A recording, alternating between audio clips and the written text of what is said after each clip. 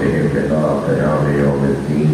أما بعد، قال الحكيم في القرآن الكريم: بسم الله الرحمن الرحيم. ولقد أرسلنا موسى بآياتنا أن أخرج قومك من الظلمات إلى النور وذكرهم بأيام الله إن في ذلك لآيات لكل صبار شكور. صلوات.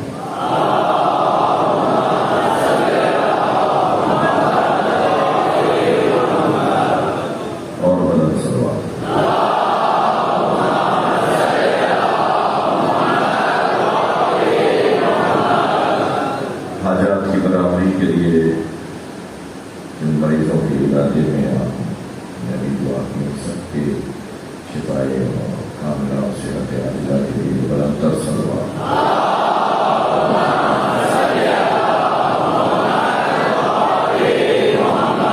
سورہ مبارکہ ابراہیم آیت نمبر 5.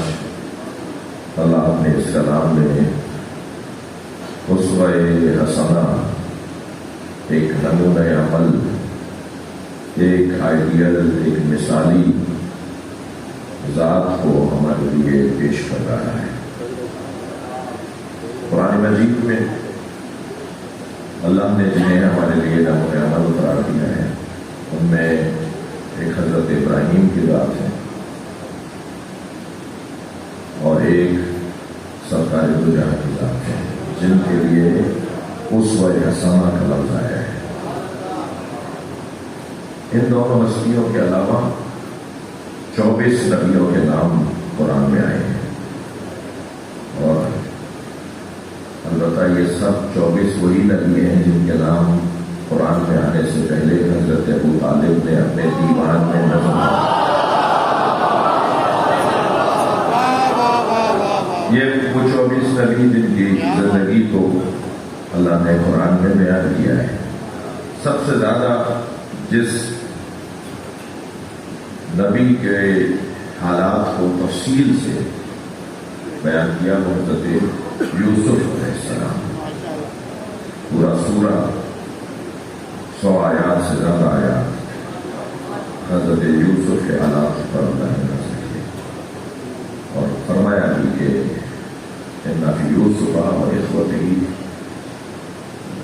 آیات المسائلین، یہ یوسف اور یوسف کے بھائیوں کے بارے میں پوچھنے والوں کے لیے، جاننے والوں کے لیے، سیکھنے سمجھنے والوں کے لیے بڑی نشانیاں ہیں. بلکہ نبی مکرم کی نبوت پر ایک دلیل واقعہ یوسف کو قرار دیا ہے، کیونکہ انہوں نے آ کر کہا کہ اگر آپ نبی ہیں، آپ کی نبوت کی دلیل کیا ہے؟ اگر آپ نبی ہیں تو بتائیے کہ یوسف کے ساتھ کیا ہوا. تو اللہ نے سرکار پر پورا سورہ نازل کیا اور حضرت یوسف کے ذیلی، ضمنی اور بہت ہی جزوی حالات سے بھی نبی کو آگاہ کیا اللہ نے، اور فرمایا یہ انہیں بتا دو کہ یہ ہوا یوسف کے ساتھ. وہ تو صرف سمجھتے تھے کہ ایک اصلی واقعے کو بتا دیں گے تو بھی کافی ہے، لیکن نبی نے تفصیل میں جا کے بتایا کہ حضرت یوسف کے ساتھ کیا ہوا. حضرت آدم کا قصہ، حضرت نوح کے واقعات، حضرت موسیٰ کے واقعات، حضرت اسحاق کے واقعات، حضرت یوسف کے واقعات، حضرت عیسیٰ کے بارے میں اگر بعد از حضرت یوسف کوئی تفصیل ہے کسی نبی کے بارے میں تو پھر حضرت عیسیٰ کے بارے میں ان کی والدہ کے نام پر پورا سورہ ہے، ان کے مکمل مفصل حالات ہیں. قرآن مجید قصوں کی کتاب نہیں ہے، مگر ہاں قرآن کے قصص میں عبرت اور پیغام پایا جاتا ہے. اور خاص طور پر جن نبیوں کا ذکر اللہ نے کیا، اور صرف میں طالب علموں سے کہوں کہ پھر علماء نے بھی قصص الانبیاء، کیونکہ انبیاء کے قصوں کو اللہ نے بیان کیا تو پھر علماء کرام نے قصص الانبیاء، ائمہ اہل بیت سے روایات انبیاء کے بارے میں آئی، کس نبی کا کیا مقام، کیا ان کی جو مجاہدتیں، قربانیاں، ان کی جو جہادی کی زندگی تھی، جو انہوں نے زحمتیں اٹھائیں، کیا کیا تھی. پھر انبیاء کے واقعات ائمہ نے بتائے تو پھر خود نبی مکرمہ نے بتایا، ائمہ نے بتایا، اور پھر انہیں کتابی شکل میں بھی قصص الانبیاء کے عنوان سے لکھا گیا ہے۔ مگر عزیزو، جس نبی کے بارے میں قرآن مجید میں ہمارے لیے سبق اور پیغام نازل ہوا ہے، حضرت آدم، میں نے ایک مجلس میں کہا کہ دو چیزیں حضرت آدم کے پاس میراث کے عنوان سے، ملکیت کے عنوان سے ہیں۔ دو چیزوں کے مالک، دو چیزوں کے اہل، دو چیزوں کا عنوان حضرت آدم کی زندگی میں ہے، ایک علم اور ایک تعظیم ملائکہ۔ حضرت آدم کی جو فضیلت وہ علم ہے حضرت آدم، اور دوسری فضیلت ملائکہ نے ان کی تعظیم کی، ان کے آگے جھک گئے، ان کے آگے سجدہ کیا، اور سب نے سجدہ کیا الا ابلیس، شیطان نے سجدہ نہیں کیا۔ میں یہاں صرف ایک جملہ کہہ دوں کہ سب نے سجدہ کیا، شیطان نے سجدہ نہیں کیا۔ تو سجدہ کرنے والے اور نہ کرنے والوں کا فرق بھی روشن ہے۔ صلوات پڑھے گا محمد والے میں۔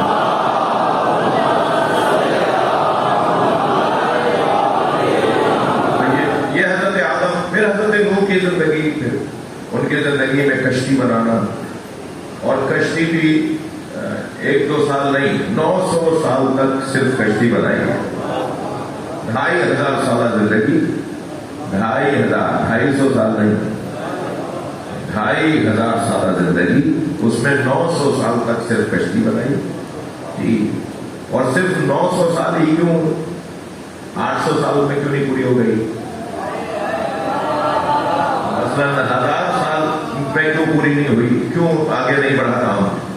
حضرت نوح کی کشتی کو نبی فرمائیں گے کہ میرے اہل بیت سفینہ نوح کی طرح ہے۔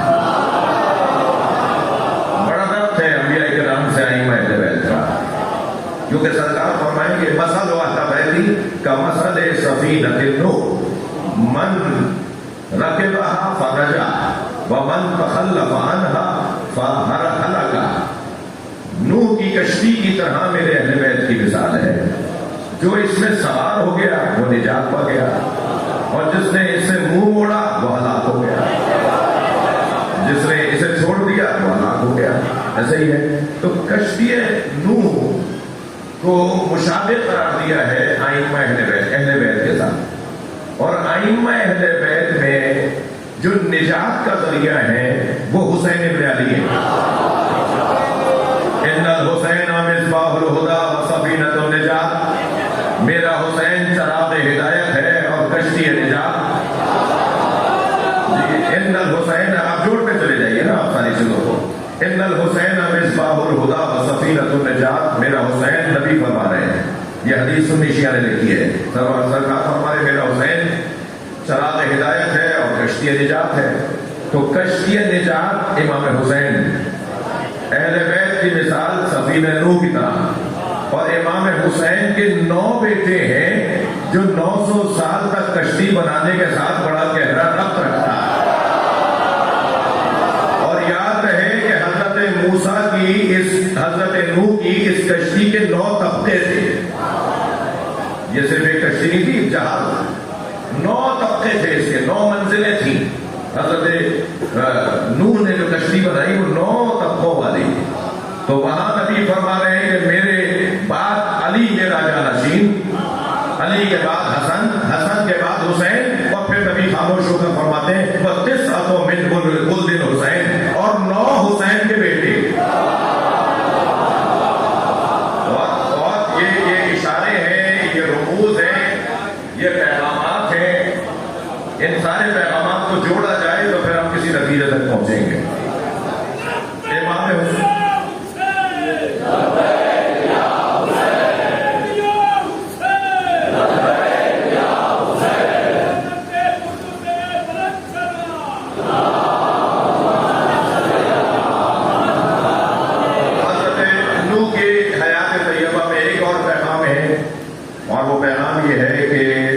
جدوجہد جاری رکھو چاہے تمہاری دل آزاری ہوتی رہے۔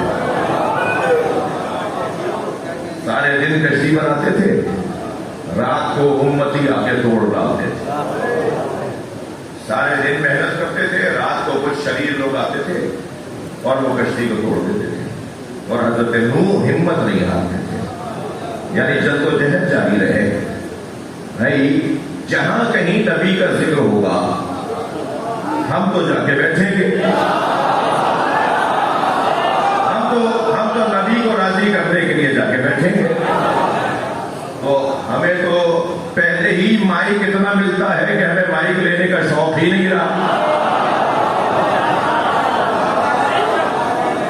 اب اگر مائک پر بلائے جانے پر ہم نہ جائیں تو بھی توہین، اور چلے جائیں تب بھی توہین، تو جدوجہد جاری رکھنا۔ صلوات پڑھنے محمد و آل محمد۔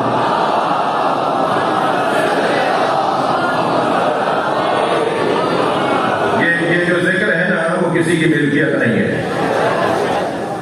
یہ ذکر کسی کی ملکیت نہیں ہے۔ میں نے ایک جملہ ایک مجلس میں کہا تھا، کبھی ظالم یا مظلوم ہونے کا اختیار ملے گا تو مظلوم ہو جانا، ظالم نہ بننا۔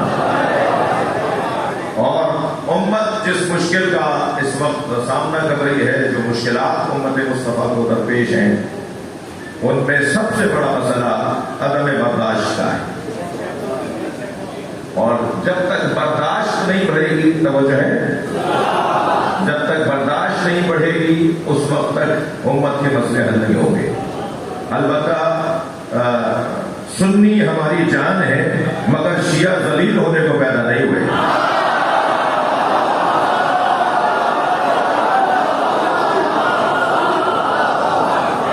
اور ہمیں یہ بھی پتا ہے کہ عزت اور ذلت اللہ کے ہاتھ میں ہے۔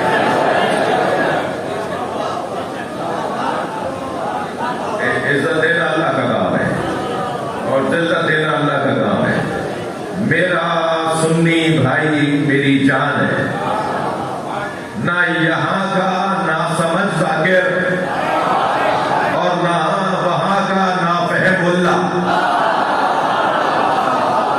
نہ کل انہوں نے امت کو کوئی خیر پہنچائی، اور نہ ہی آئندہ ان سے کوئی امت کو خیر ملنے والی ہے۔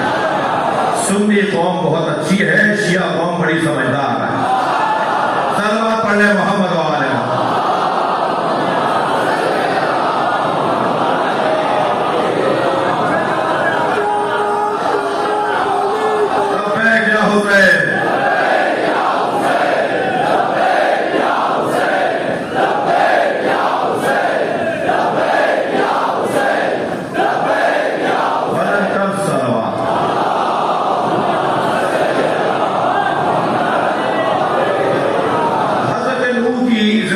کا ایک حسین پیغام یہ ہے کہ جدوجہد جاری رکھو۔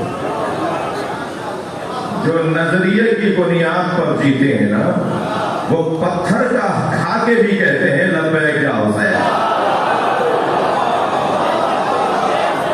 اور سنگ زنی جو ہے نا، پتھر مارنا، اس کی بھی تو قسمیں ہیں۔ مگر میرے بچوں جوانوں، اور میں اپنے قبیلے کے شخصیات تشریف فرما ہے، علماء کرام میری بات کو سنیں گے، ذاکرین سنیں گے، کہ ہمیں اپنی جدوجہد جاری رکھنی ہے۔ ہمارا دعویٰ یہ ہے کہ دین جس گھر میں نازل ہوا ہے، میں انہی کی نسل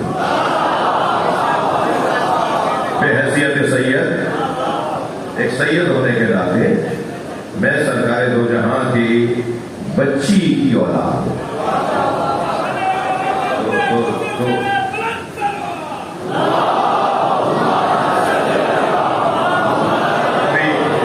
میرے چچا نذیر صاحب تشریف فرمائے، نذیر صاحب، ابھی ہم بابا کی کتاب کو تیار کر رہے ہیں، تو اس میں شجرے کو، جو ہمارا شجرا ہمارا پرانا بزرگوں سے چلا رہا ہے، اس میں سے اس کو کاپی کرنے کے لیے کمپوز کروایا۔ تو پاپا 41ویں بیٹے ہیں امام علی نقوی، وہ اتفاق ہو گیا، گننے کا موقع مل گیا کہ مولا امام علی نقوی کے 41ویں بیٹے ہیں۔ تو دین تو ہمارے بڑوں کے گھر میں نازل ہوا، قرآن تو جس گھر میں نازل ہوا اس سے میرا بڑا گہرا تعلق ہے نا۔ تو دین کے بارے میں سب سے زیادہ درد تو اسی کے ہوگا نا جس کے گھر میں دین آیا ہے. انہیں بیچاروں کو کیا پتا جو ہاتھ سدن مسلمان ہو گئے.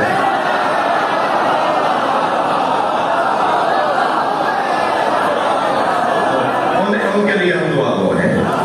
اللہ ہم سب کو ہدایت عطا فرمائے. بات آگے بڑھے. حضرت نوح کی زندگی میں جدوجہد، ہمت نہ ہارنا اور کوشش کرتے رہنا اور مسلسل جہاد کرتے رہنا، مسلسل مثبت پیغام، مثبت چہرہ، مثبت کردار پیش کرتے رہنا، یہ حضرت نوح کی زندگی کا ایک عنوان ہے. پھر تھوڑا سا آگے بڑھیے. حضرت نوح آدم ثانی ہے نا. حضرت آدم سے انسانی بشری نسل چلی اور پھر سب کچھ ختم ہو گیا، پھر حضرت نوح سے دوبارہ سے چلی. تو حضرت نوح کا ایک لقب آدم ثانی ہے. پھر اسی طرح حضرت موسیٰ کی زندگی، پھر حضرت عیسیٰ کی زندگی، حضرت ابراہیم کی زندگی. میں بہت دیر اصلی مضمون آپ کے حوالے کر چکا ہوں، بہت دیر بھی انبیاء کرام کی سیرت پہ غور کروں تو میرے لیے فائدہ ہے. یہاں میں خلاصہ کر رہا ہوں کہ جتنے بھی نبیوں کے پاس جدوجہد، کمالات، فضائل کا سرمایہ تھا، ان سارے نبیوں کے وارث کو حسین کہتے ہیں. السلام علیکم یا وارث آدم صفوت اللہ. صلوات پڑھے محمد و آل محمد. السلام علیکم یا وارث نوح نبی اللہ. السلام علیکم یا وارث موسیٰ کلیم اللہ. السلام علیکم یا وارث عیسیٰ روح اللہ. السلام علیکم یا وارث ابراہیم خلیل اللہ. یہ سارے نبیوں کی ملکیت، میراث حضرت امام حسین کے پاس. اندازہ کیا میرے بچوں نے، کائنات کا سب سے بڑا امیر حسین ہے.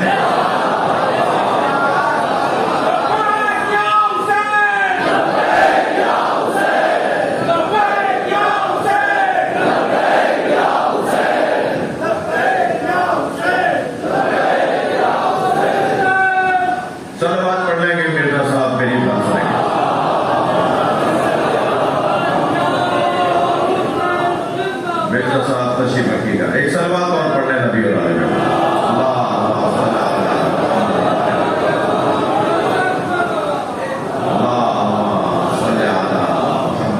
میرا سامنے سلوات پڑھوائیے، سب مل کے سلوات پڑھیں.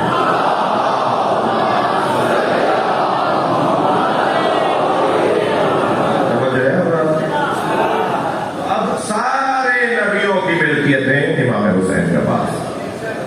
حضرت موسیٰ علیہ السلام کے بارے میں قرآن مجید یہ آیت جو میں آپ کے سامنے آج پھر چوتھے مرحلے پر تلاوت کر گیا، اس کا ترجمہ سنیں. وَلَقَدْ أَرْسَلْنَا مُوسَىٰ بِآيَاتِنَا. ہمارا ہے بات پڑھے آگے. وَلَقَدْ أَرْسَلْنَا مُوسَىٰ بِآيَاتِنَا. اور بے تحقیق ہم نے موسیٰ کو بھیجا اپنی آیتوں، اپنی نشانیوں کے ساتھ. ان اخرج قومک من الظلمات الى النور. اے موسیٰ اپنی قوم کو اندھیروں سے نکال کر روشنی کی طرف لاؤ. وذکرہم بآیات اللہ. اور اللہ وذکرہم بایام اللہ، اور اللہ کے ایام کو اپنی قوم کے سامنے دہراؤ. ان فی ذلک لآیات لکل صبار شکور. اور اس میں صابروں اور شاکروں کے لیے بہت سارے پیغامات ہیں. اب صابر اور شاکر بننا یہ ہے ایجنڈا میری اور آپ کی زندگی کا. تھوڑا سا توجہ اٹھائیں گے. مجھے کیا کرنا ہے، کیسے رہنا ہے، کیسے جینا ہے، یہ قرآن بتائے گا. اور قرآن ایجنڈا یہ دے رہا ہے کہ صابر بنو اور شاکر بنو. اور جب ایجنڈا ہدف میرا یہ ہے کہ مجھے وہاں تک جانا ہے، مثلا میری زندگی کا ہدف یہ ہے کہ مجھے فلاں جگہ تک پہنچنا ہے، تو فلاں جگہ تک پہنچنے کے لیے جو وسائل چاہیے، جو ذرائع چاہیے، جو صلاحیتیں، توانائیاں چاہیے، جو اہلیتیں چاہیے، پہنچ بھی پاؤں گا یا نہیں. وہاں تک پہنچنے کے لیے جو مجھے وسائل چاہیے، ان میں سے ایک وسیلہ حضرت موسیٰ کا واقعہ ہے.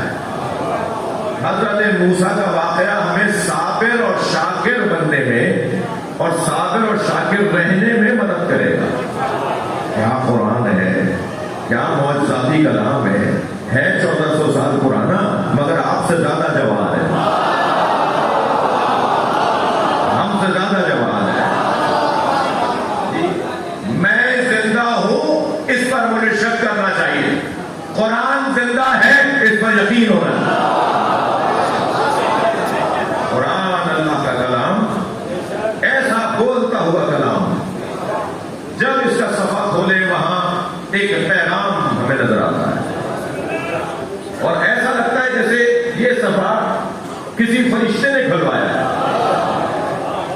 جب ہم قرآن پڑھ رہے ہوتے ہیں اس کا ترجمہ جسے عربی نہیں آتی تو ایسا لگتا ہے جیسے یہ صفحہ ہی کسی فرشتے نے کھلوایا ہے کہ یہ صفحہ تمہارے لیے تو ہے. ہم سے قرآن بات کر رہا ہوتا ہے، ہم سے اللہ بات کر رہا ہوتا ہے.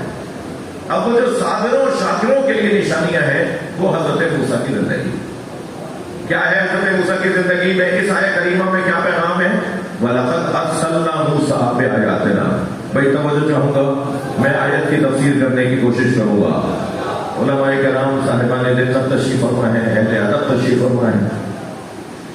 لقد ارسلنا موسیٰ بآیاتنا، ہم نے موسیٰ کو اپنی آیتوں کے ساتھ بھیجا ہے.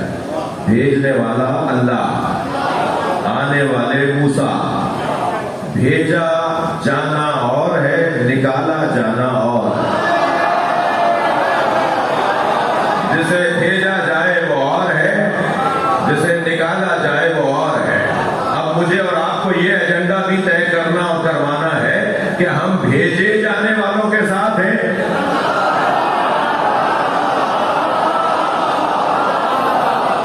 بھائی تھوڑی بات کرو نا، مجھ سے بولے نا. مجھے نہیں پتا باہر والے دوست کی آواز آ رہی ہے آپ کو؟ ہاں تو کچھ وہاں سے پتہ بھی چلنا چاہیے کہ آپ بیٹھے ہوئے ہیں.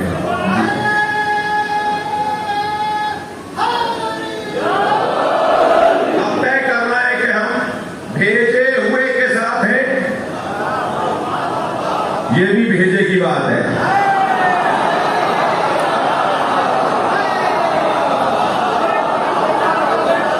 یا ہم ان کے ساتھ ہیں جنہیں ہم ان کے اس کے ساتھ ہیں جسے نکالا گیا ہے. اب کسے نکالا گیا میرے پاس وقت ہی نہیں ہے. کسے نکالا گیا ہے، کنہیں بھیجا گیا ہے، یہ بتانا یہ سمجھنا تو ہماری ذمہ داری ہے. مگر کسے نکالا گیا ہے اس پہ میں اپنا وقت کیوں ضائع کروں؟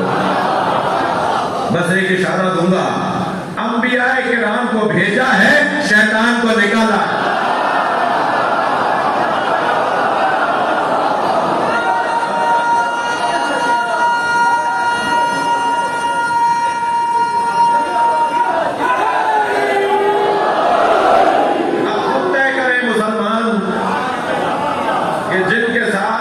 جنہیں بھیجا گیا ہے ان کے ساتھ ہے یا جسے نکالا گیا ہے ان کے ساتھ. یاد رہے جسے بھیجا جاتا ہے اس کے واپس آنے کا انتظار بھی ہوتا ہے.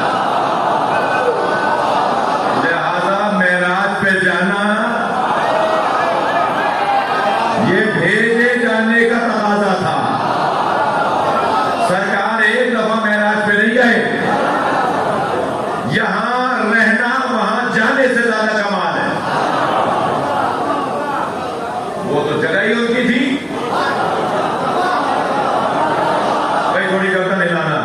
سرکار کا عرش پر سدرۃ المنتہا پر جانا یہ کمال ہے، مگر اس سے بڑا کمال یہ ہے کہ وہ یہاں رہے.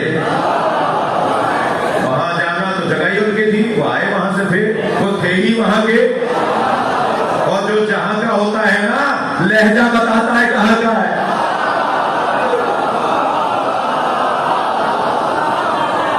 حلیہ بتاتا ہے کہاں کا ہے.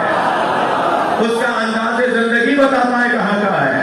وہ بتوں کے درمیان بھی پیدا ہو تو بڑا ہو کر بت اس لیے توڑے گا یہ وہاں کا تھا.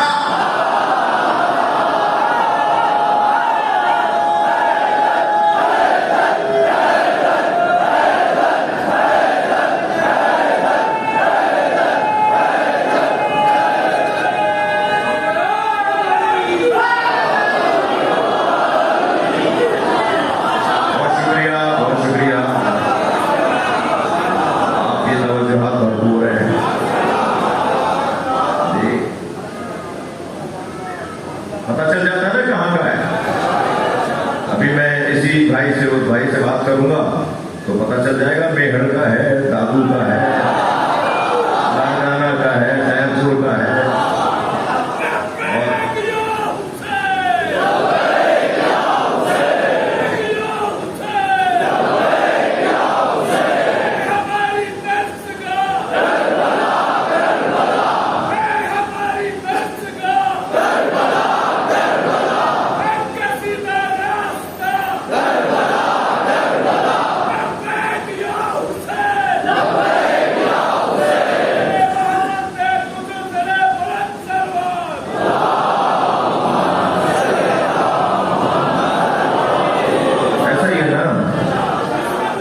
لہجے سے پتہ چلا جاتا ہے، کپڑوں سے پتہ چل جاتا ہے کہ یہ ہے کہاں کے. زبان بتاتی ہے کہ یہ ہے کون. میرے مولا علی نے تو ایسا فارمولہ دیا ہے. مولا فرماتے ہیں المرء محفوظ تحت لسانہ، المرء مخبوط تحت لسانہ. انسان اپنی زبان کے نیچے چھپا ہوا ہے. زیادہ تحقیق کرنے کی ضرورت نہیں ہے.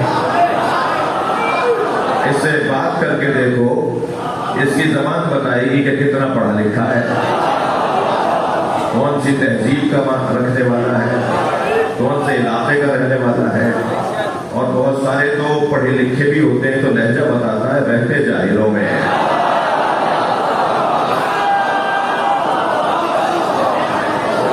ماحول کا اثر بھی زبان میں آ رہا ہوتا ہے. جہاں اٹھ بیٹھ کر رہے ہوتے ہیں وہ بھی اثر زبان پر آ رہا ہوتا ہے. تو یہ بہت یہ 6 انچ کی زبان 2-2.5 شناخت کا گوشت کا لوتھڑا یہ پورا شجرہ کھول کے رکھ دیتا ہے. یہ مملکت بدنیہ کا ترجمان بن جاتا ہے. پورے بدن کی مملکت کا ترجمان. اب یہ کتنا پڑھے ہوئے ہیں یہ بھی زبان بتائے گی، کتنے جاہل ہیں یہ بھی زبان سے پتہ چلے گا. تو اسی لیے کہا گیا ہے کہ کم بولا کرو. بھائی میں ائمہ کے اقوال کو یہاں نقل کروں گا نا. اور فرمایا کہ یہ زبان 32 سلاخوں میں قید کر کے دی گئی تھی. تم اسے آزاد کر دے تو جسے اسیر کر کے بھیج دیا گیا ہو، جب تم اسے آزاد کر دو گے تو پھر کیا نکلے گا؟ جی ایک اور بات سنا دوں زبان کے بارے میں. میرے مولا علی فرماتے ہیں کہ اگر جاہلوں نے بولنا کم کر دیا ہوتا تو فساد کم ہو جاتا.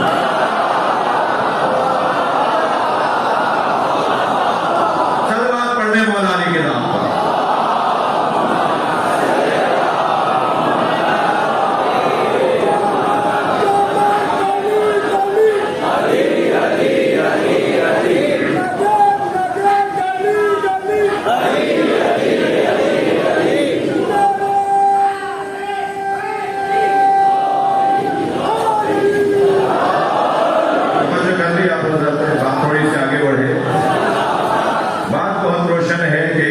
جسے بھیجا جاتا ہے اس کے واپس آنے کا انتظار بھی ہوتا ہے. ایک حسین جملہ میں ہدیہ کرتے کرتے رک گیا. سرکار کا معراج پہ جانا کمال، مگر اس سے بڑا کمال یا اس جیسا کمال یا بہرحال کمال یہ ہے کہ وہ یہاں رہے. یہاں کے تو تھے نہیں وہ. جو جہاں کا نہیں ہوتا وہاں رہنا ہونا رہنا ہے، اور جو جہاں کا ہوتا ہے وہاں جانا اس کو سکون مل پہنچاتا ہے. تو سرکار کا معراج پہ جانا کمال. 100 سے زیادہ معراجیں کی ہیں نبی نے. 100 مرتبہ سے زیادہ تاریخ میں آیا ہے کہ نبی معراج پر گئے ہیں. جب چاہتے تھے چلے جاتے تھے. یہ جو قرآن میں معراج بیان ہوئی ہے یہ آفیشل سفر تھا، یہ سرکاری سفر تھا. پروٹوکول کے ساتھ جائیں گے نا. سواری لینے آئے گی بھائی. جگہ جگہ فرشتوں کا استقبال ہوگا. آسمانوں پر انبیاء کرام استقبال کریں گے. ساتھ میں آسمان پر انبیاء کو نماز جماعت پڑھائیں گے. اور پھر تمام جبریل بتاتے ہیں یا رسول اللہ یہ جگہ ہے، یا رسول اللہ یہ فلاں جگہ ہے، یا رسول اللہ یہ فلاں لوگ ہیں، نبی کو نہیں پتا تھا؟ بھائی آفیشل سفر ہے، پروٹوکول افسر کو بتانا پڑے گا، یہ اس کی ڈیوٹی تھی، وہ نبی کو پڑھا نہیں رہا تھا، ڈیوٹی کر رہا تھا۔ یہ مسلمان اتنا سادہ ہے، کہتا ہے جبریل بتا رہے تھے، جبریل نہیں بتا رہے رسول کو، ان کا کام تھا بتائیں۔ کتنی دفعہ ہوتا ہے آپ کا بچہ آپ کو کوئی بات بتا رہا ہوتا ہے اور آپ کو پہلے سے پتا ہوتا ہے، آپ اس کا دل رکھنے کے لیے پوری بات سنتے ہیں یا نہیں؟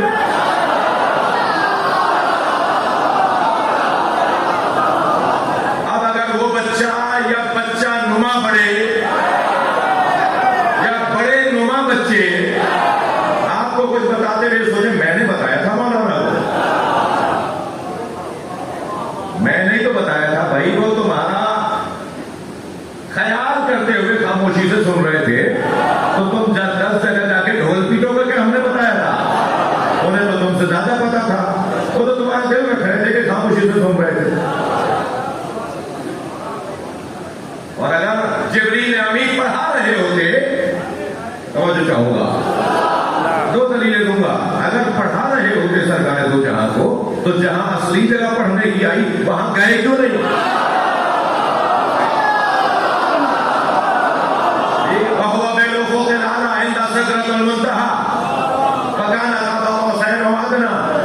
میرا نبی سدرۃ المنتہا پر، اس سے اونچی جگہ ہی نہیں ہے۔ اللہ کہہ رہا ہے وَهُوَ بِالْأُفُقِ الْأَعْلَىٰ، اس سے اونچی جگہ نہیں ہے۔ جب وہاں پہنچنے لگے تو دیکھا جبریل پیچھے رکے کھڑے ہیں۔ سرکار نے اٹھ کر دیکھا، فرمایا جبریل آگے آؤ، جیسے سب جگہ ساتھ چلے یہاں بھی چلو۔ تو حضرت جبریل امین نے فرمایا یا رسول اللہ ھذا موقفی، جہاں میں کھڑا ہوں نا یہی میری جگہ ہے۔ جو اپنی جگہ کو پہچانے وہ علیہ السلام کہلاتا ہے۔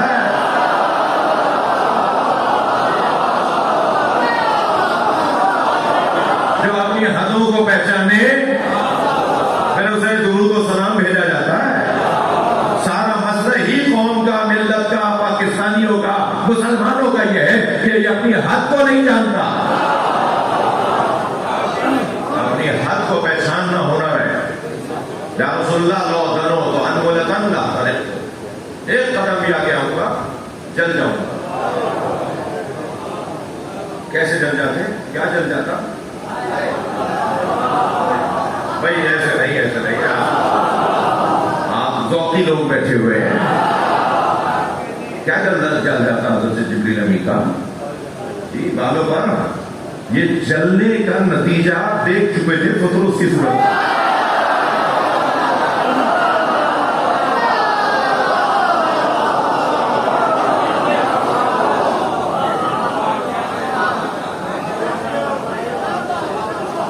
جلنے کے بعد پر ملنا، یہ تو کرم ہے حسین کا۔ یہ نوبت ہی کیوں آئے کہ پر جلے؟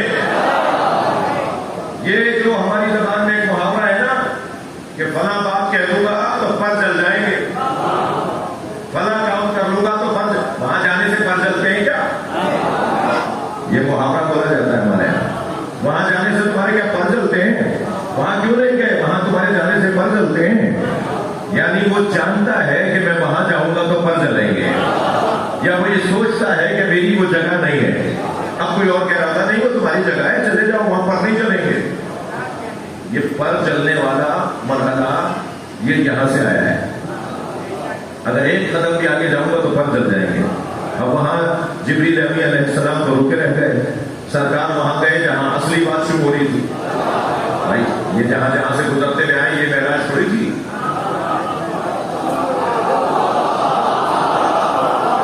میرا سنی شیعہ مجمع سرکار کے فضائل سن رہا ہے نا، یہ جو 7 آسمانوں سے گزرتے ہوئے حضرت تشریف لے جا رہے تھے، یہ معراج تھوڑی تھی۔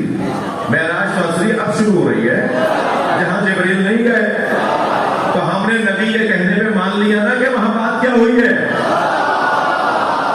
تو جب تم نے نبی کے کہنے پہ مان لیا کہ وہاں بات کیا ہوئی ہے، تو یہ بھی مان لو جبریل پڑھانے نہیں آتے تھے۔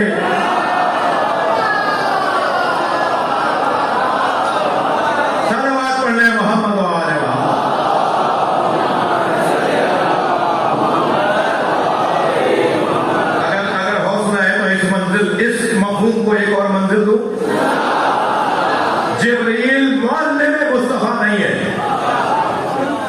اس لیے کہ جو شاگرد مصطفیٰ ہے وہ استاد جبریل ہے.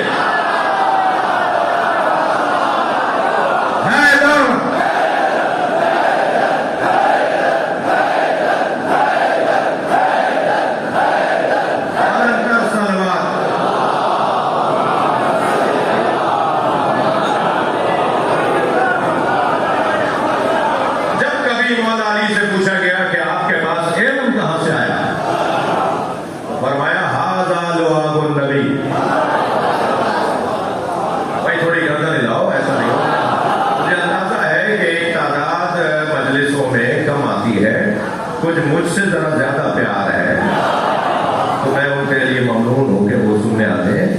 تو بعض جگہوں کو تو میں دیکھتا ہوں نا کہ یہ مجلس ہی نہیں ہے، مگر میرے اوپر ایک احسان کر رہا ہے کہ مجھے برداشت کر رہے ہیں.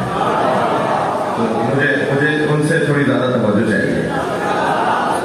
میرا سنی شیعہ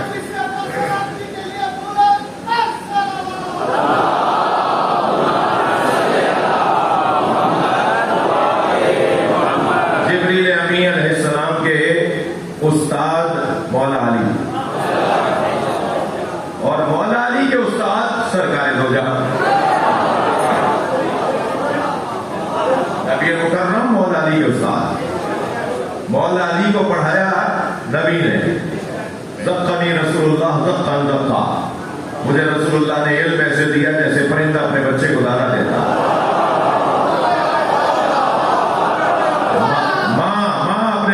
دودھ دیتی ہے یہ نہیں کہا، اس لیے کہ جو ماں کھاتی ہے وہ پلاتی نہیں ہے. ماں 4 چیزیں کھاتی ہے نتیجے میں دودھ پلاتی ہے، لیکن پرندہ جو چگتا ہے وہی کھلاتا ہے. رسول اللہ جو اللہ سے لیتے تھے وہی علی کو دیتے.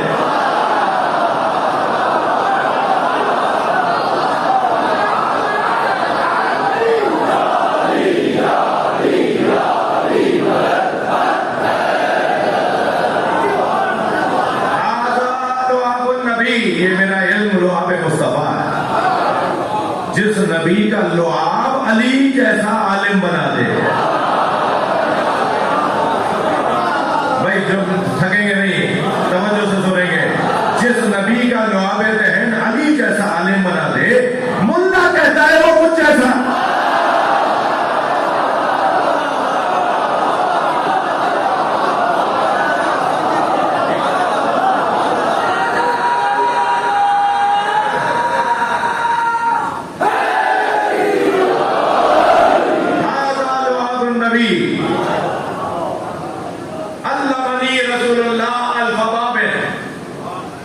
مجھے رسول اللہ نے 1000 علوم سکھائے. ہماری یونیورسٹیوں میں 35 سے زیادہ علوم نہیں پڑھائے جاتے. آکسفورڈ کیمبرج میں بھی 35 سے زیادہ علوم نہیں پڑھائے جاتے. دنیا میں جو مضبوط علم ہیں، جو مدون ہو گئے ہیں، جن کے نصاب بن گئے ہیں، جن کے ٹیچرز مل جاتے ہیں، جن کی فیکلٹی ہوتی ہے، ان کی تعداد بھی 35 سے زیادہ نہیں ہے. مولا علی فرمانے مجھے میرے نبی نے 1000 علوم سکھائے. اب بھی ہم سے کہتے ہو علی علی کیوں کرتے ہو؟ جتنا علی پر غور کرو گے علم بڑھے گا. اس سے بڑی یونیورسٹی دنیا میں ہے ہی نہیں. جس کی کلاس اس وقت لگی ہوئی ہے نا،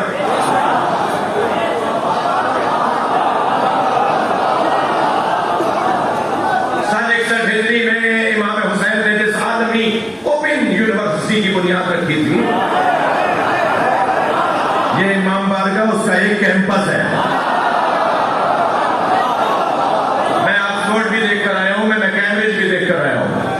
دنیا کی بڑی یونیورسٹیوں میں کم سے کم جا کر دیکھنا کیا کیا پڑھایا جاتا ہے، یہ آپ کا میرا شوق ہے. لیکن عزیزان گرامی، کسی یونیورسٹی میں کلاس میں طالب علم جوتیاں اتار کے نہیں جاتے.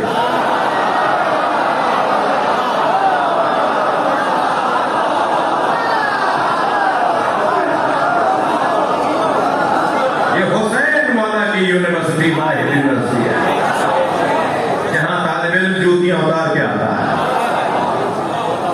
جہاں آنے والا طالب علم جوتیاں اتار کر آتا ہے.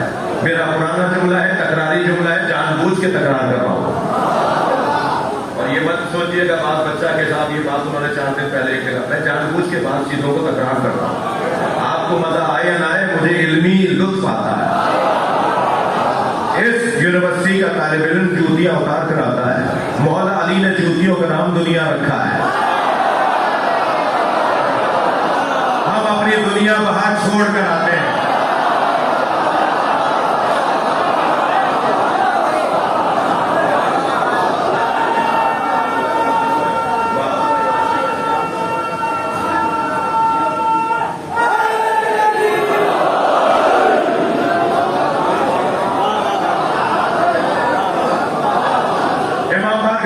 کوئی ہوگا 21ویں گریڈ کا. امام بارگاہ کے باہر کوئی ہوگا 1000 ایکڑ زمین کا زمیندار, کوئی ہوگا فیکٹری کا مالک. امام بارگاہ کے باہر جائے گا تو 6 کروڑ کی گاڑی میں بیٹھ کے واپس جائے گا. لیکن جیسے ہی امام بارگاہ میں آیا فقیر حسین ہے. کیا تعلیمی نظام, سبحان اللہ.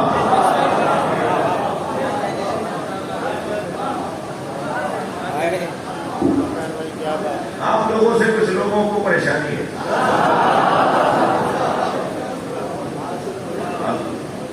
ہم کیا کریں, بس تمہارے لیے دعا ہی کریں گے. یہ امام حسین کا نام ایسا ہے, مسائل نہیں پڑھ رہا مگر ایک جملہ کہہ رہا ہوں.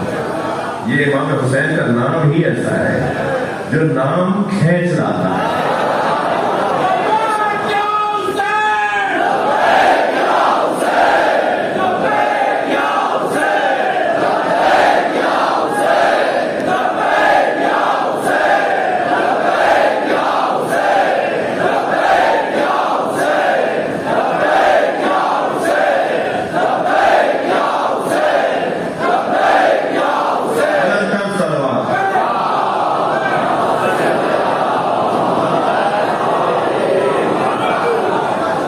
تھوڑا سا میرا آپ ساتھ دیجیے گا.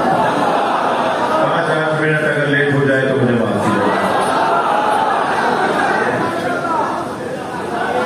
کیا فرمایا, مجھے رسول اللہ نے 1000 علوم سکھائے اور میں نے ہر علم سے 1000 علم بنائے.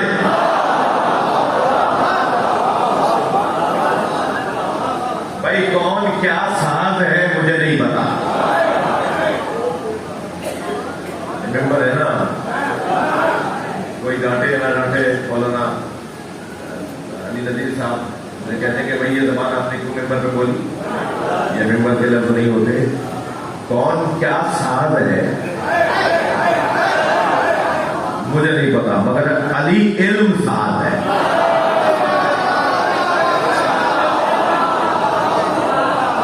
علم بنانے والے کو علی کہتے ہیں, جو اللہ کی طرف سے مجسم مرکز علم ہو. 1000 علوم سے میں نے ہر علم سے 1000 باب کھولے.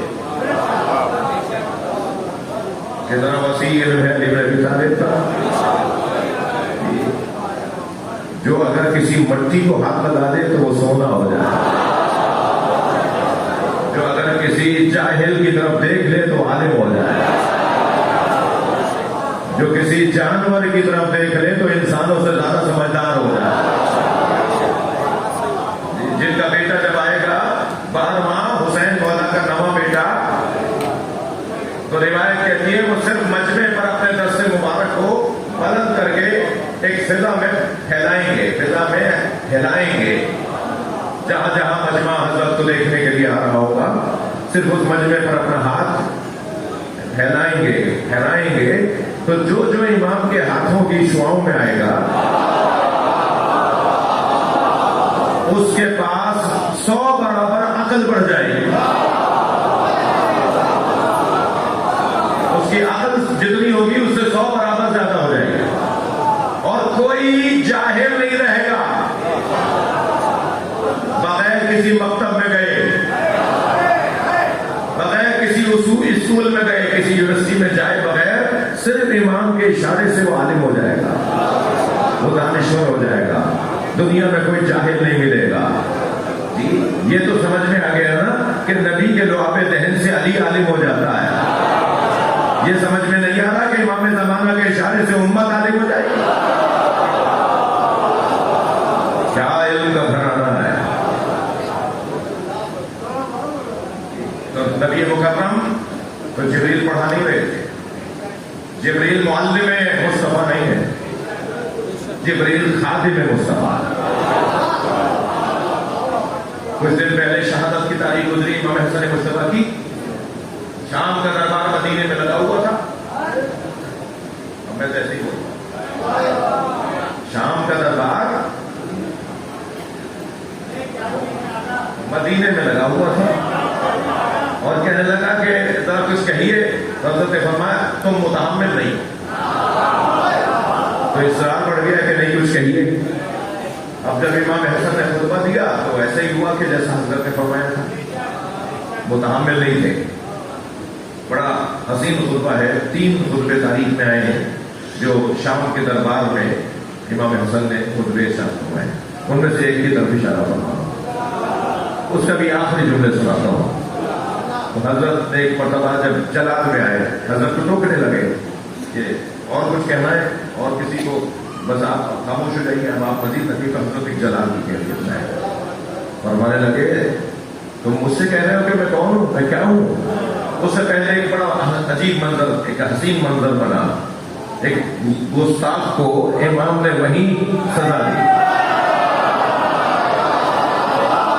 وہ آیا تھا، گئی واپس.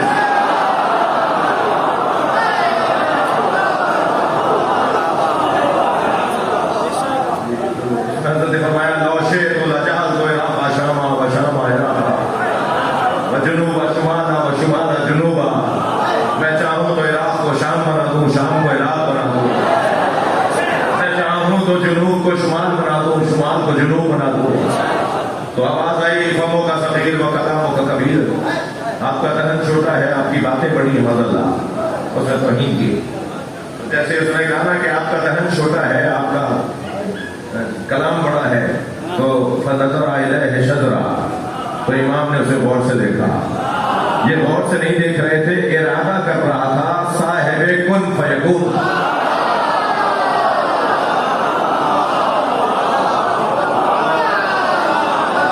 فنظر الیہ، امام نے شذرا اس کی طرف دیکھا اور فرمایا اما تستحین تجلسین فی الرجال، تجھے شرم نہیں آتی مردوں میں بیٹھی ہے.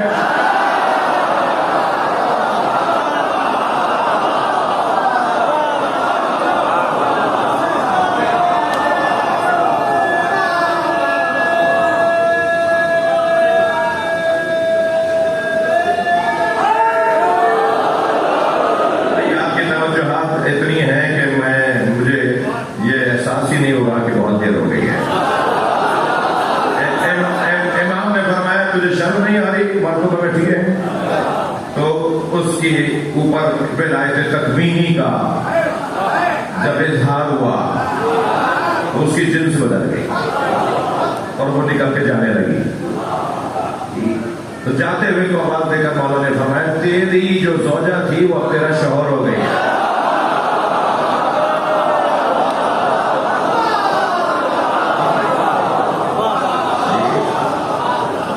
توجہ کر لیا.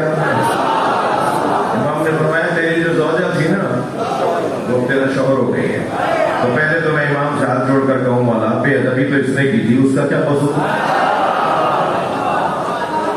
توہین تو اس نے کی تھی نا کہ آپ کو جلال آیا، آپ صاحب ولایت تکوینیہ، آپ نے صاحب ولایت تکوینیہ، آپ نے ارادہ کیا، اپنی ولایت دکھائی اور اس کی جنس بدل دی. اس نے کیا قصور کیا تھا؟ تو عجب نہیں امام کا جواب آئے برے لوگوں کے ساتھ رہنے کا انجام برا.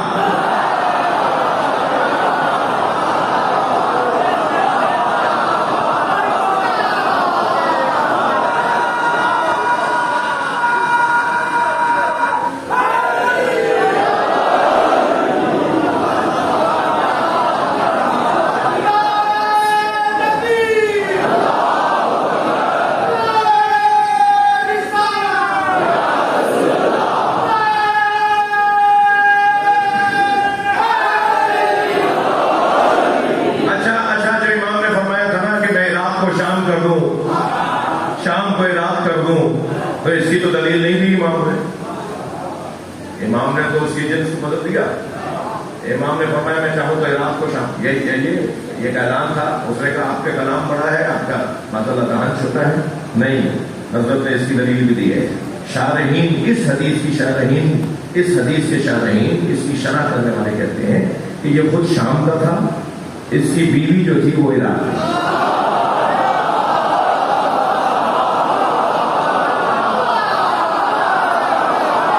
امام نے شام کو عراق کر دیا, عراق کو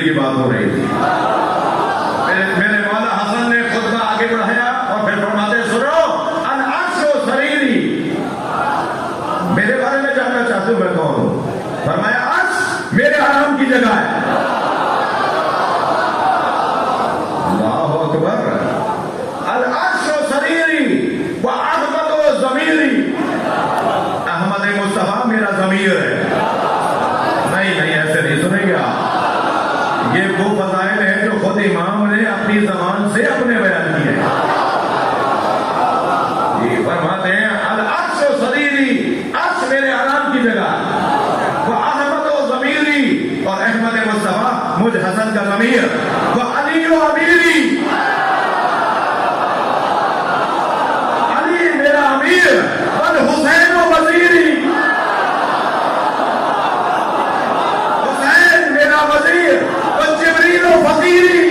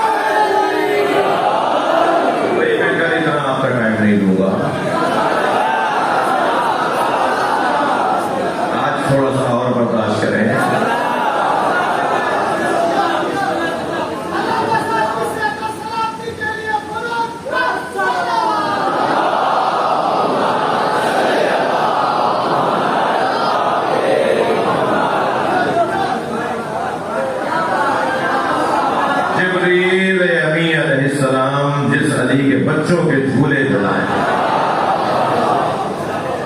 نبی کی خدمت میں آ کر نبی کو اللہ کے سلام پہنچائے. ایک دن بیٹھے ہوئے ہیں, سرکار نے فرمایا کم عمرک جبریل, یا جبریل کم عمرک, اے جبریل تمہاری عمر کتنی ہے؟ فرمایا نجم یطلع من السماء بعد 70,000 سنہ, ایک ستارہ ہے جو 70,000 سال بعد نکلتا ہے. میں نے اسے 70,000 مرتبہ دیکھا ہے. بھائی تھوڑی گردن ہلانا, بات جانے کو. سرکار فرما رہے ہیں کہ تمہاری عمر کتنی ہے؟ حضرت جبریل امین نے فرمایا یا رسول اللہ, ایک ستارہ ہے جو 70,000 سال بعد نکلتا ہے, میں نے اسے 70,000 مرتبہ دیکھا ہے, یہ میری عمر ہے. فرمایا آج دیکھو گے تو پہچان جاؤ گے.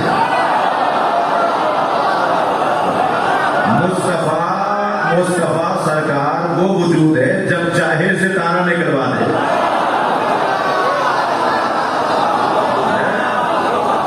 فرمایا آج دیکھو گے تو پہچان جاؤ گے. یا رسول اللہ ایک لمحے میں پہچانوں گا.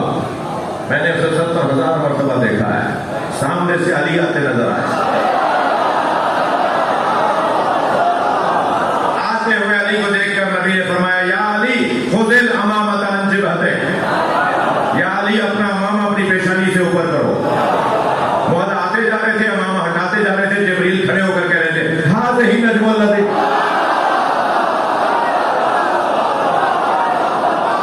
سلامات پڑھنے محمد و آلہ.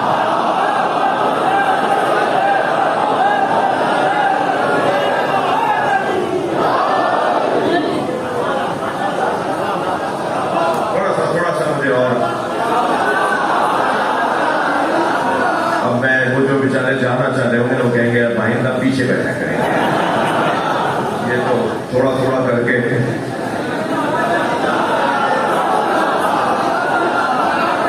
بڑی نائر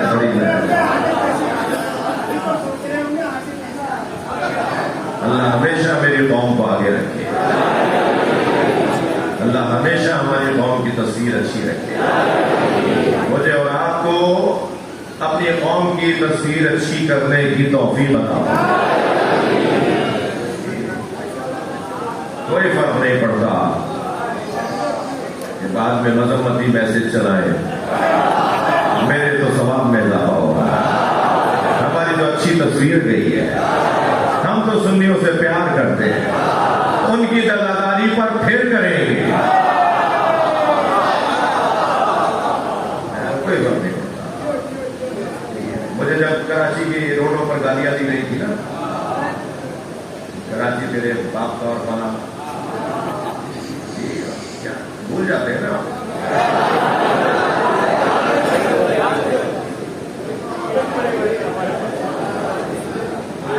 گالیاں دی گئی کہ موتا کی اولاد اور فلاں کی اولاد، باقاعدہ مفتیوں نے گالیاں دی۔ ہمارے یہاں کا تو جو مدرسے گیا ہوا ذاکر نہیں ہوتا، بغیر مدرسے جائے بھی ذاکری شروع کرتا ہے، وہ یہ والی باتیں نہیں کرتا۔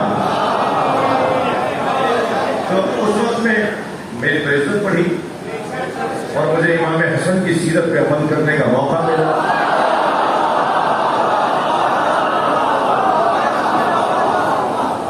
امام کی توہین ہوتی تھی، میرے چاہنے والے بال برابر بھی نہ سوچیں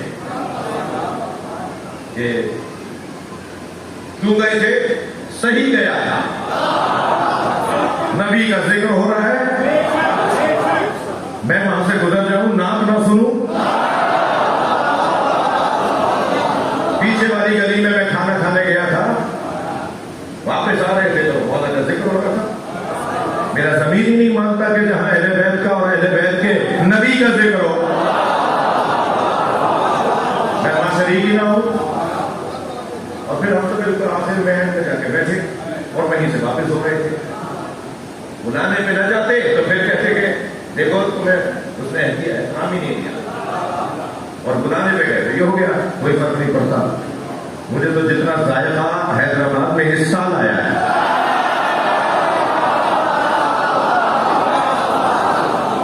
پہلے کبھی نہیں آیا، ہم نے اپنا کردار ادا کیا ہے۔ بات تھوڑی سی آگے بڑھے، آپ سب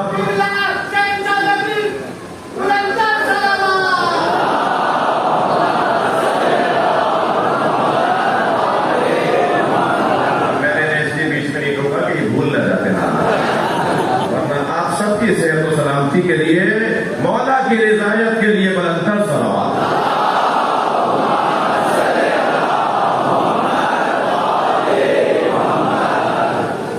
جسے بھیجا جاتا ہے اس کی واپسی کا انتظار ہوتا ہے، اور جسے نکالا جاتا ہے اس کا کوئی انتظار نہیں ہوتا۔ بھیجے جانے میں بھیجے جانے میں ایک پیغام یہ ہوتا ہے کہ کسی کام پر بھیجا ہے، ایسا ہی خاتون خانہ نے کہا ذرا ٹماٹر لا دیجیے، آپ یہ باہر جا کے بھول گئے کہ کچھ لینے آئے تھے، کسی نے بھیجا تھا، کوئی ٹماٹر خریدنے کا اہل نہیں ہے اور کوئی اللہ کا پیغام پہنچانے کا اہل ہے۔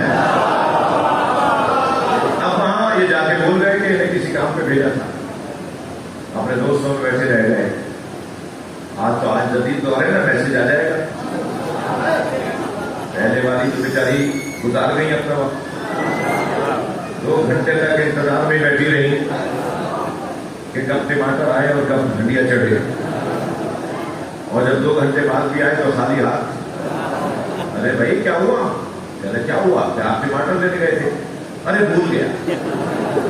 تو آج والیوں کو تو بڑا فائدہ ہے، وہ میسج کر دیتی ہیں کہ یاد بھی ہے کیوں گئے تھے، عزیزان گرامی، اگر کوئی یاد کروانے والا ہو کہ کیوں آئے ہو، تو اس سے زیادہ بڑی نعمت کیا ہوگی؟ کہیں دنیا میں آنے کے بعد بھول نہ جانا کہ کسی کام پر بھیجا ہے۔ اب یہ جو یاد دلوانے والا ہے نا، اسے مجلس اعلیٰ کہتے ہیں۔ مجلس اعلیٰ یہ یاد دلا رہی ہے کہ کسی کام پر بھیجا ہے۔ خالی ہاتھ بتا جانا، جس کام پر بھیجا ہے وہ یاد رکھنا۔ تمہیں کسی کام پر بھیجا تھا، تم یہاں کے کب ہو بھائی؟ واپس جانا ہے۔ انا للہ و انا الیہ راجعون، یہ مردوں کی آیت نہیں ہے،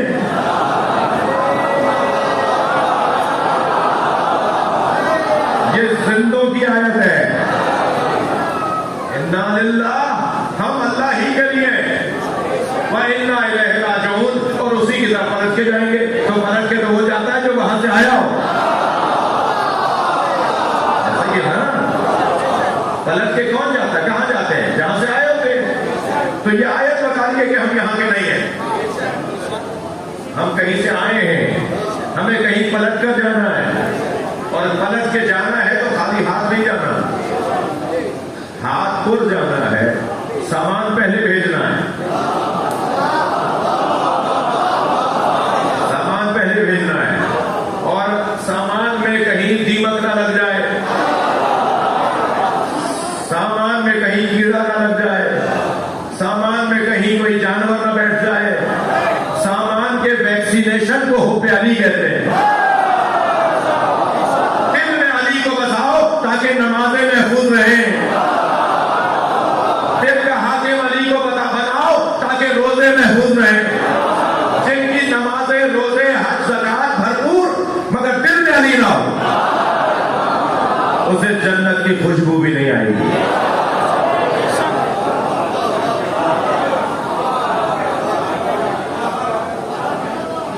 آپ نے آج جو نماز پڑھی تو بھیج دی نا، آپ تو یہی ہے، آپ نے جو کچھ مہینے پہلے حج کیا وہ تو بھیج دیا نا آپ نے، آپ تو خود یہی ہیں۔ اس کا مطلب یہ ہے کہ سامان پہلے بھیجا جاتا ہے اور پھر مالک مکان بعد میں جاتا ہے۔ ایسا نہیں ہوتا کہ مالک مکان پہلے چلا جائے پھر تو آپ سامان لے آؤ، نہیں، پہلے سامان بھیجا جاتا ہے، سامان پہلے جاتا ہے، مالک مکان بعد میں آتا ہے، یا جس مکان میں سامان جا رہا ہے اس کا مالک، اس کا کرایہ دار، اس پہ رہنے والا بعد میں جاتا ہے، تو سامان پہلے بھیجنا ہے۔ یہ کیسی باتیں ہیں؟ وصیت لکھ رہے ہیں، میرے بعد یہ کر دینا، وہ کر دینا، تم پہلے جا رہے ہو، سامان بعد میں آئے گا۔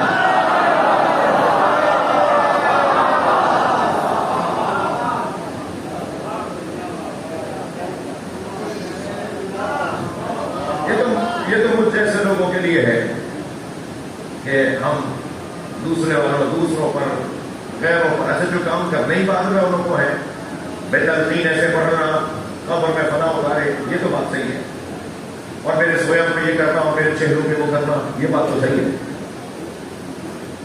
ایک تاجر جس کی پوری مارکیٹ، میں شہر کا نام نہیں بتا رہا، وہ وصیت لکھ رہا ہے، بیٹا میرے مرنے کے بعد میری فلاں دکان بیچ کے، فلاں مدرسے میں ڈونیشن دے دینا، فلاں دکان بیچ کے، فلاں یتیم خانے میں وہ پیسے بھیج دینا، فلاں جو ہے وہ میری دکان بیچ کر فلاں بیواؤں کو اتنے راشن اور اتنا سہولتیں اور اتنا آسانیاں۔ تو ابھی وہ باتیں ہو رہی تھی کہ ان کے بیٹے نے کیا کیا، لالٹین کو نے پشپ کر دیا ایسے، تو آگے اندھیرا ہو گیا۔ دوسرے بیٹا لالٹین آگے کرو، کہنے بابا آپ اپنا نور پیچھے چھوڑ رہے ہیں اور آپ اندھیرے میں جانا چاہ رہے ہیں، آپ کو اپنا نور پہلے بھیجنا چاہیے نا، آپ مجھ پر کیوں چھوڑ رہے ہیں کہ میں دکانیں بیچ کر یہ کروں؟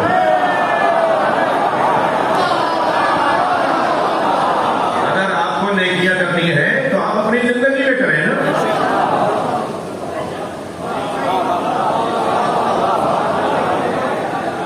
اللہ کرے وہ بھی وہاں بول رہا ہوں جیسے یہ کام کرنا ہے، تب تو میری مجلس کے مجھے محنت سوارت ہوگی. عزیزو، کب یہ دنیا ختم ہو جائے، یعنی میری دنیا کا ختم ہو جائے، اس دنیا کو چھوڑ کر جانا ہے، ہم یہاں سے چلے جائیں گے.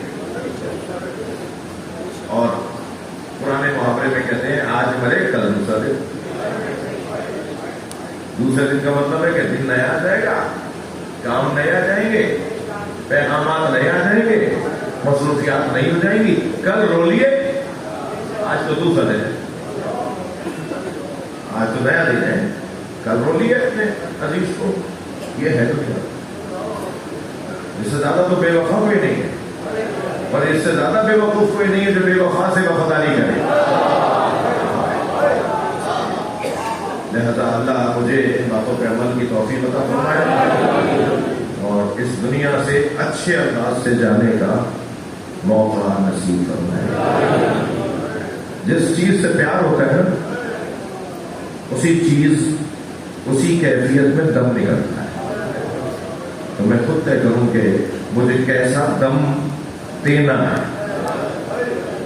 مجھے کیسی روح پرواز کروانی ہے. میرے ہاتھ میں ہے کہ میری روح مصلی پر پرواز کرے، مجلس میں جائے، ممبر پہ جائے، ماتم کرتے ہوئے جائے، کربلا میں جائے، مکے میں جائے، مدینے میں جائے. یہ میرے ہاتھ میں ہے. کل نفس ذائقۃ الموت کا یہی مطلب ہے. ہر شخص کو موت کا ذائقہ چکھنا ہے. موت کا ذائقہ وہی ہے جو زندگی کا ذائقہ ہے. تو زندگی کا ذائقہ تو میں بناتا ہوں نا.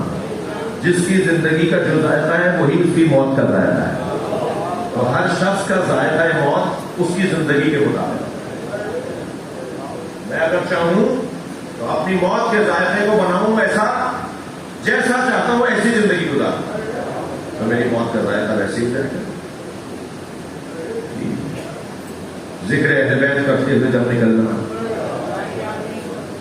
مصلی پہ دم نکلنا، کربلا میں حرم امام حسین میں دم نکلنا، یہ کوئی کم باتیں تو نہیں ہے.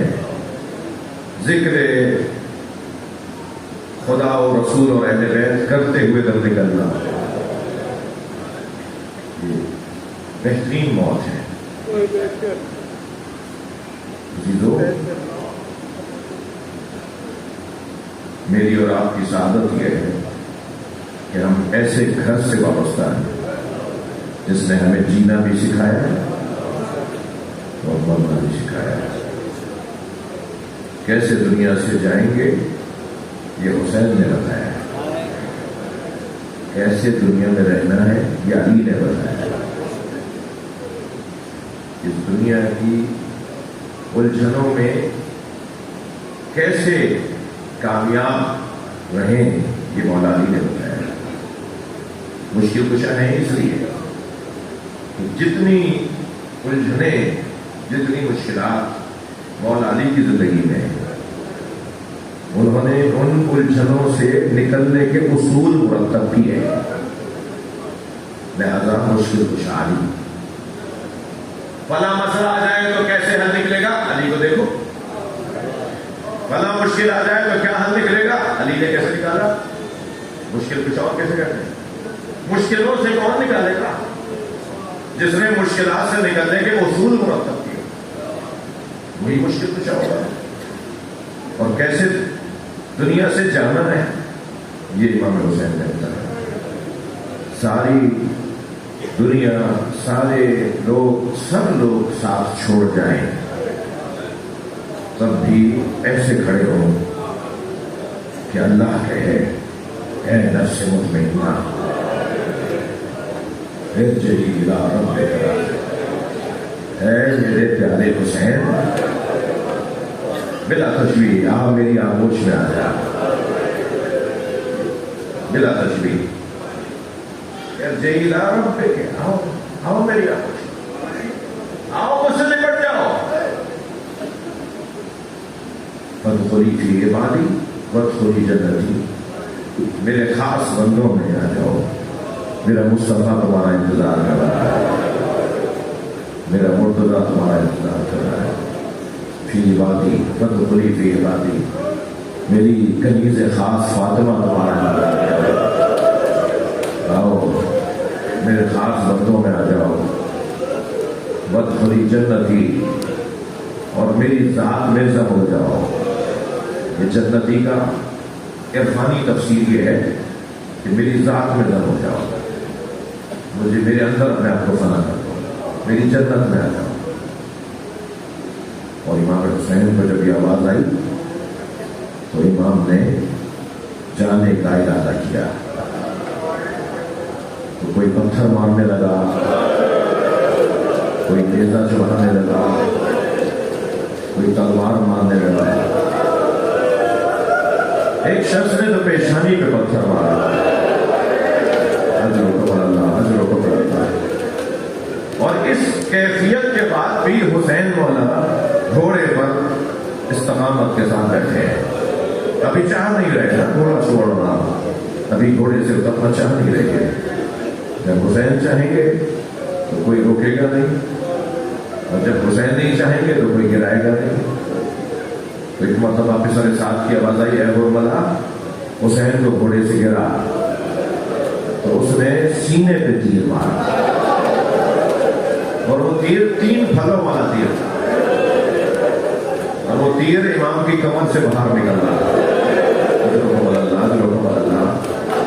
امام نے بہت چاہا کہ اسے واپس کھینچیں، مگر وہ کمر سے 3 پھل نکل چکے تھے تو وہ واپس نہیں آ رہا تھا۔ پھر امام نے اس کی ڈنڈی کو توڑا، اس کی چوک کو توڑا، اور پھر اب ارادہ کیا کہ حسین زمین پر آ جائے، تو آواز دی ہے سلجھانا مجھے زمین کو اتار دے۔ گھوڑے نے گھٹنے ٹیک کہ میرا مولا زمین پر آئے تو حسین کو تکلیف نہ ہو، اجر و قبر اللہ۔ امام گھوڑے سے زمین کی طرف آئے، مگر رونے والوں کو بہت دیر لگی زمین تک آنے، تیروں پر مولا بدلنا، اجر و قبر اللہ۔ اللہ آپ کو کسی کو نہ بتایا۔ پنجتن کے 5 ذوات مقدسہ کا اللہ اکبر مصیبت کا منظر سنیں گے۔ نبی کے جنازے میں 11 لوگ ہیں، سیدہ کے جنازے میں 4 یا 6 لوگ،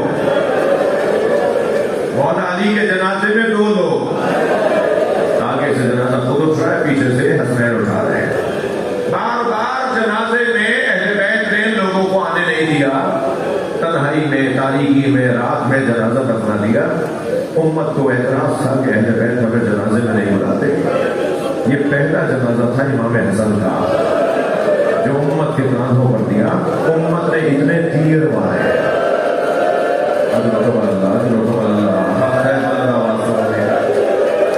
برابر کی بہن جنازے سے تیر نکالتے رہے، اور 5ویں جنازے کا حال تو یہ تھا کہ حسین گھوڑے سے گرے، بہت دیر لگی زمین تک آنے میں۔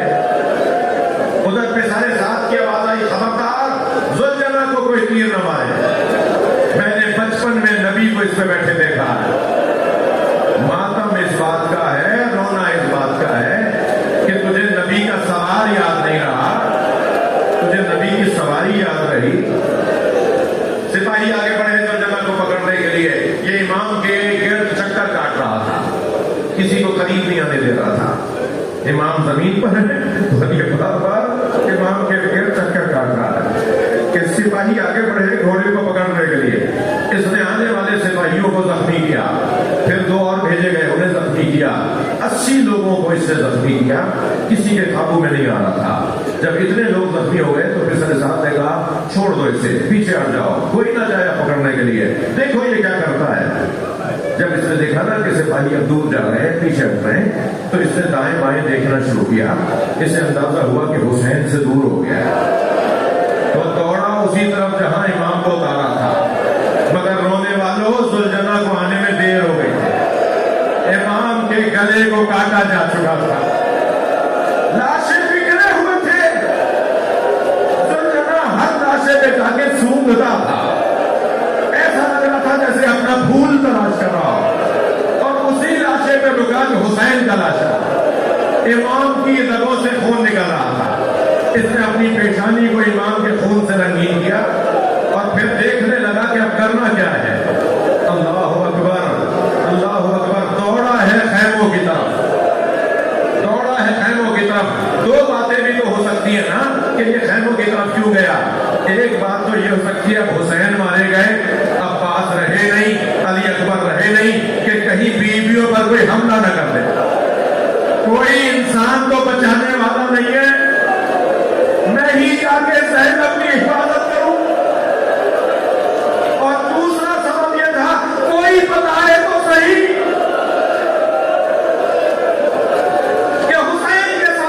ہو گیا.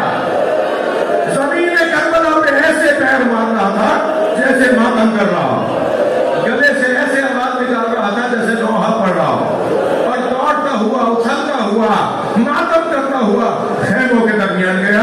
پھر ایک خیمے پہ جاتا تھا, پھر دوسرے پہ جاتا تھا, ڈھونڈ رہا تھا سکینہ کا. اسی خیمے پہ رکا جس خیمے میں جناب سکینہ تھی. بیوی کو آواز آئی کہ بابا کا گھوڑا آ گیا ہے. کتنی جلدی باہر آئی ہوگی جناب سکینہ, دیکھا کہ خالی گھوڑا کھڑا ہے, بابا نہیں آئے. انتہائی وقار کے ساتھ علی کی پوتی نے, حسین مولا کی بیٹی نے قدم اٹھائے, گھوڑے کی گردن پہ ہاتھ رکھا اور ایک سوال کیا, یا جواد علی حل ستیا ابھی من قتل شانا, اے میرے بابا کے بابا کا گھوڑے, مجھے اتنا بتا دے پانی پلا کر مارا؟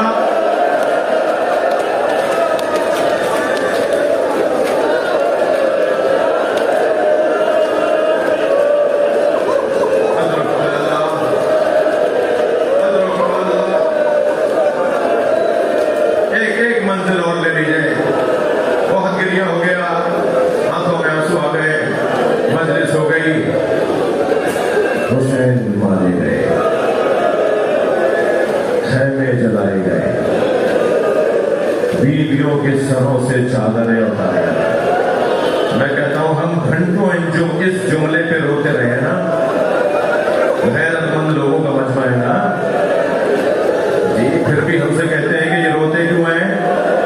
ہم سے تو پوچھو ہم مرتے کیوں نہیں ہیں؟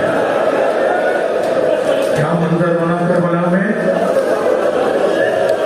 ایک یزیدی لشکر کا سپاہی کہتا ہے, جب خیمے چل رہے تھے تو میں نے دیکھا کہ ایک بیوی جلتے ہوئے خیمے میں جانا چاہتی ہے, مگر جلتے ہوئے خیمے کی چوک سے جا کے اس کا سر لگتا ہے, پھر وہ رستہ بدل کے جاتی ہے, پھر آگ کی لپیٹیں اسے روک دیتی ہیں. تو میں یہ سمجھا, وہ یہ کہتا ہے, میں یہ سمجھا کہ شاید کسی نے اس لوٹ مار میں اس بیوی کے سر پہ کوئی ضربت ماری ہے, جس کی وجہ سے اس کی آنکھوں کا نور چلا گیا ہے اور اسے نظر نہیں آ رہا کہ آگے آگ جل رہی ہے. کہتا ہے میں دوڑتا آیا اور میں نے کہا تمہیں نظر نہیں آتا, تم جہاں جانا چاہ رہی ہو وہاں تو آگ جل رہی ہے. تو وہ بیوی مڑی اور مجھے دیکھ کر کہنے لگی, یا شہر انا لنا فیہا علیل, اس خیمے میں ہمارا ایک بیمار رہ گیا جو اپنے پیروں سے چل کے نہیں آ سکتا. اور وہ بیوی چلتے ہوئے خیمے میں گئی, اپنی پشت پر اپنا بیمار بھتیجا اٹھا کے لائی. یہ کہتا ہے تب مجھے پتا چلا کہ علی کی بیٹی زینب, یہ حسین کی بہن زینب بہت روزی ہے بازاروں. بس ایک ٹکڑا سن لیجیے, چلتے ہوئے خیمے سے امام سجاد کو لانا کتنا مشکل تھا, اس سے زیادہ مشکل تھا قبر سکینہ سے بیوی رباب کو اٹھانا. امام لے کر آئے, بیوی چلی گئی, فرمایا اماں قافلہ تیار ہے, فرمایا میرا مدینے میں کون ہے, میرا والی کربلا رہ گیا.